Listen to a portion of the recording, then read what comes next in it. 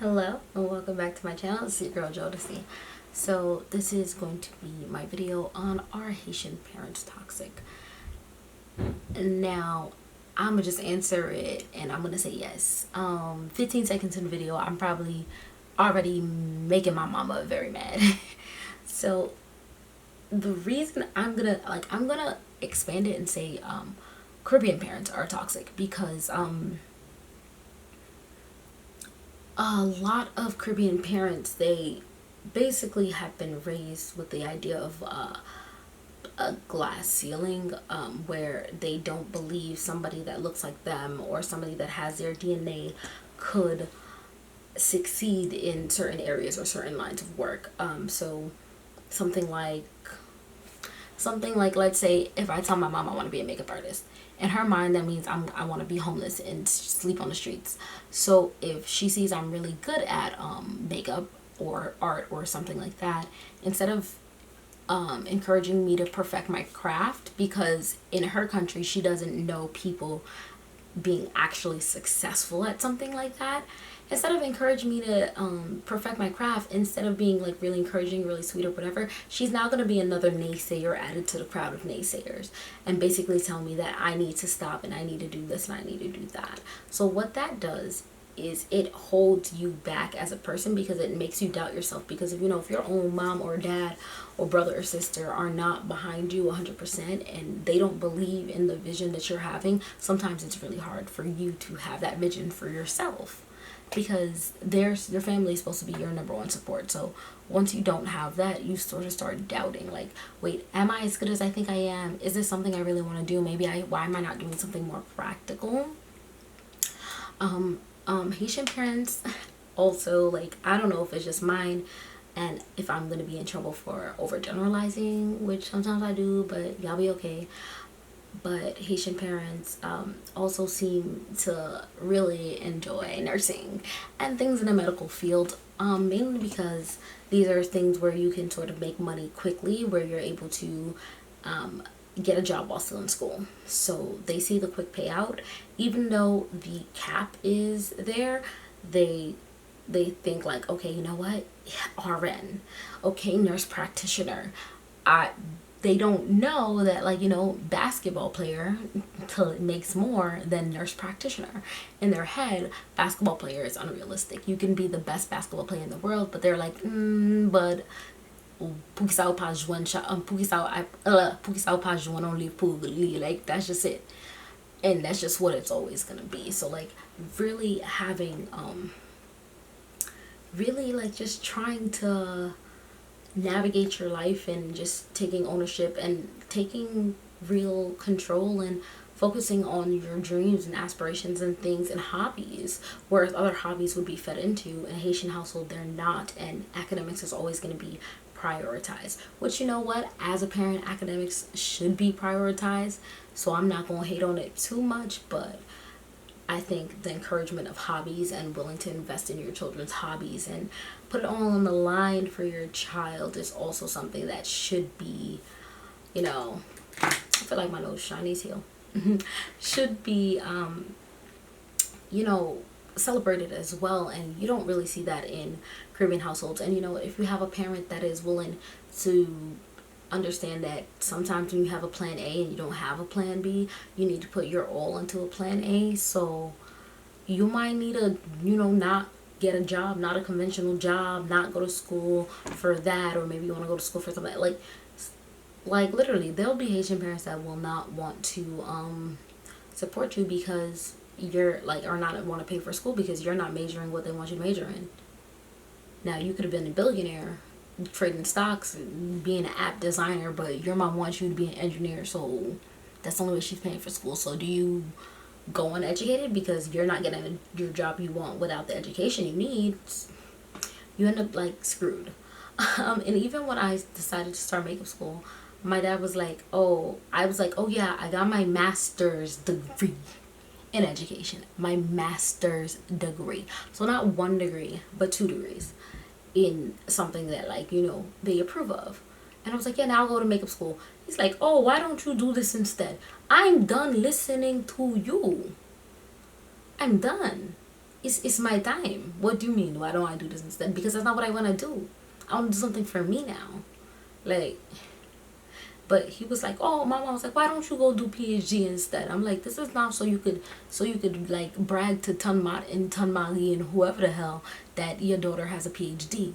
This is about what I want to do in my life, and you had your life. So what I'm not going to do is listening to you over and over again like I was when I was 17, when I tanked my GPA in undergrad because I majored in nursing, when I knew I was squeamish around blood, and I knew I didn't want to cut open a pig, and I knew I couldn't look at a rat, and I knew I couldn't stick nobody with a damn needle. I majored in nursing, listening to y'all, and what happened?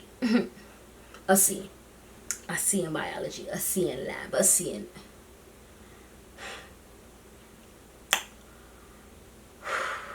I gotta calm myself down, because you know they be making me mad about this stuff. These are arguments I've been having.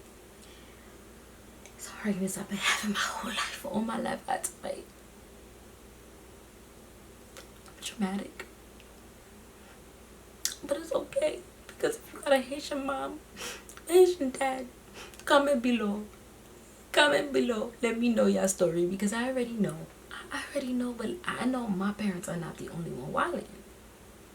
I already know that. And then after you hit a certain age, all they want to do is push you towards marriage. Like, oh, when are you going to get married? Oh, you have your degree. Why are you not married? Oh, when I was your age, I already had 2 kids.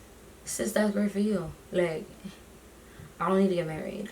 Or like, you'll sit there try to be dating casually, and they be like, I straight up told my mom one time, I was like, Mom, I'm getting like, I should just like switch rooms or whatever. I'm like, I'm having dudes in and out of here to help me move stuff. Don't look at none of these dudes twice. Don't even bother remembering their names, because they only here for today.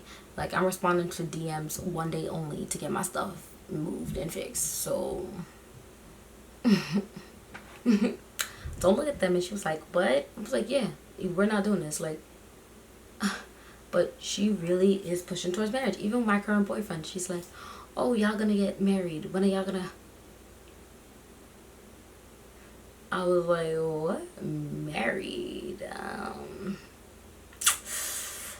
I don't know. And she, like, I don't know if other parents tell you this, that basically they put you on like a time limit where you have till you're 31 to get married. And my mom calls it the calendar. So once your age is off of the calendar, you're no longer prime real estate, and nobody's gonna want you ever. So you need to hurry up and make marriage your first priority, because by the time if not by the time you decide to make marriage your priority, nobody's gonna want you.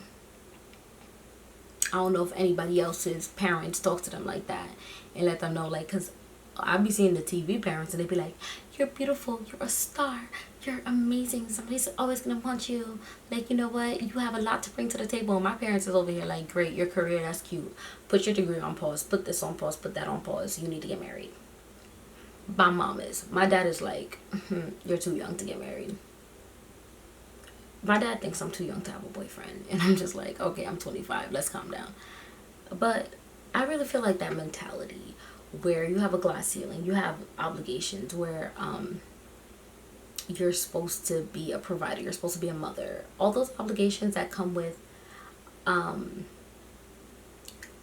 Caribbean households, they're really stifling. And you know, they are toxic, because you're having somebody constantly in your ear downplaying your success, or telling you that you should do this or you should do that, or that is going to embarrass them. You can't really speak on certain topics. Like, you know, my parents, even as PG-13 as my channel is, because my channel's not rated P, like G, but it's PG-13, you know.